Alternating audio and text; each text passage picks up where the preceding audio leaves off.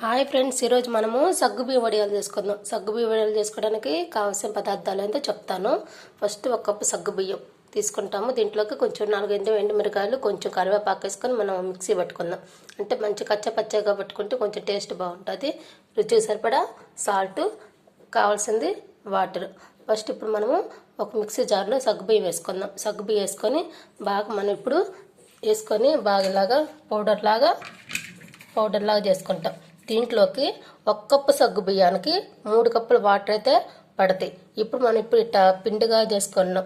బాగా పిండిగా అయింది. దీంట్లోకి ఫస్ట్ 3 కప్పుల వాటర్ అయితే పడతాయి. ఫస్ట్ ఇప్పుడు 1 కప్పు వాటర్ వేసి కొంచెం మిక్సీ పట్టుకుందాం. ఇలాగా 1 కప్పు వాటర్ వేసుకొని కొంచెం మిక్సీ పట్టుకున్నాం. నాకు ఇప్పుడు 3 కప్పులు అయితే వాటర్ అయితే పోసుకున్నాను. పోసుకుంటే చూడు ఇలాగా బాగా మిక్సీ పట్టింది.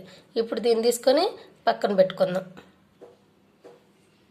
ఇలా పక్కన పెట్టుకొని ఇట్లా కూడా కొంచెం నీళ్ళు పోసుకొని 1 కప్పు వాటర్ అయితే పోసుకొని దాన్ని కూడా ఈ పిండిలోకి ఇలాగ కలిపేసుకున్న తర్వాత ఇప్పుడు మనము ఒక మందపాటి గిన్నెని డేక్షా తీసుకొని ఇప్పుడు మనం నేను కుక్కర్ అయితే తీసుకున్నా. మందపాటి కుక్కర్ తీసుకున్నా. దీంట్లోకి మనము 1 కప్పు సగ్గు బియ్యానికి 3 గ్లాసులు అయితే నీళ్లు మిక్సీ పట్టుకోవడానికి సరిపోయింది. దీంట్లోకి అయితే ఒక కప్పుకైతే 4 కప్పుల వాటర్ అయితే పోసుకోవాలి. 4 కప్పులు వాటర్ పోసుకొని మనము గ్యాస్ మీద పెట్టుకుందాం. ఇట్లా మనము గ్యాస్ మీద ఒక కప్పుకి 4 కప్పులు వాటర్ అయితే సరిపోతుంది. సరేనా? ఇప్పుడు ఈ నీళ్ళని బాగా మరిగించుకుందాం. బాగా మరుగుతున్నప్పుడు మనం పిండి కలుపుకోవాలి. సరేనా?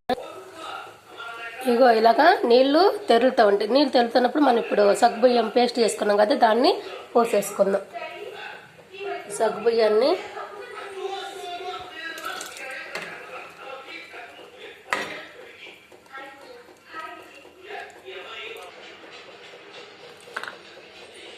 ఇప్పుడు ఇలాగా బాగా తెరులుతుంది. అట్లా తెరుతున్నప్పుడు దీంట్లోకి కొంచెం సాల్ట్ వేసుకుందాం. కొంచెం ఎక్కువ వేసుకోవద్దు, కొంచెం రుచికి సరిపడా సాల్ట్. కొంచెం ఇందాక మనము తరిగి పెట్టుకున్నాం కదా అల్లం, పచ్చిమిరకాయలు, ఎండుమిరకాయలు, కొంచెం కరివేపాకు, వాటిని కూడా వేసుకొని బాగా తిప్పుకుందాం.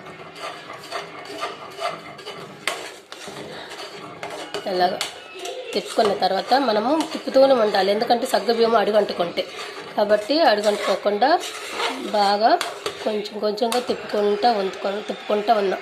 ఇట్లా తిప్పుకుంటూ ఉంటే ఉండలు కట్టుకుని ఉంటాయి. ఎక్కడైనా ఉండలు కట్టినా కూడా ఈ గంటతో కొంచెము చిదిమే మనకు పోతాయి. కాబట్టి మనము వీటిని తిప్పుకుంటూ ఉన్నాం. వీటికి కొంచెము జీలకర్ర కూడా వేసుకుందాం. జీలకర్ర వేసుకుంటే టేస్ట్ బాగుంటుంది. కాబట్టి కొంచెం 1 స్పూను జీలకర్ర వేసుకుందాం.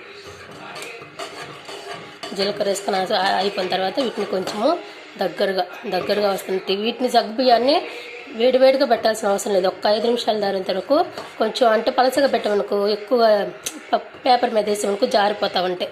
కాబట్టి మనం కొంచెము ఆగిన తర్వాత కొంచెం గట్టి పడిపోతుంది. అప్పుడు మనము వడియాలు పెట్టుకోవచ్చు. సరే, ఆల్రెడీ ఇప్పుడు దగ్గరికి వచ్చేసింది. ఇంకా మనకి రెడీ అయినట్టే. ఇంకా ఆపేసుకొని మనము మిద్ది మీద ఎండలో ఆరబెట్టుకుందాం. సరేనా? సరే పదండి, చూపిస్తా.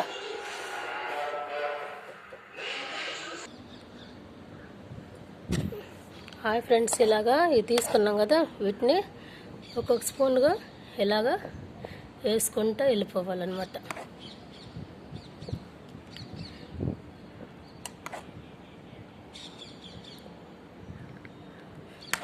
ఇలాగ ఎండ పెట్టుకున్నాం అనుకో, ఈ సగ్గుబియ్యం వడియాలు ఆల్రెడీ కొంతమంది నీటిలో కూడా ఎండ పెట్టుకుంటారు. నేను ఎందుకంటే సమ్మర్ కాబట్టి నాకు ఈ పైన ఎండ బాగుంటుంది కాబట్టి నేను పైన ఎండ పెట్టుకుంటున్నా. ఇవి అయితే ఒక రోజులో బాగా ఎండిపోతాయి. దీనికి ఎక్కువ ఎండ కూడా అవసరం లేదు. కొంతమంది ఇంట్లో పెట్టుకొని ఫ్యాన్ పెట్టుకుంటారు. నాకేమో అంత అవసరం లేదు. నేను పైన ఎండలో ఎండ పెట్టుకుంటున్నా. ఇలా ఎండ పెట్టుకుంటే ఒక్క రోజుకి బాగా ఎండిపోతాయి.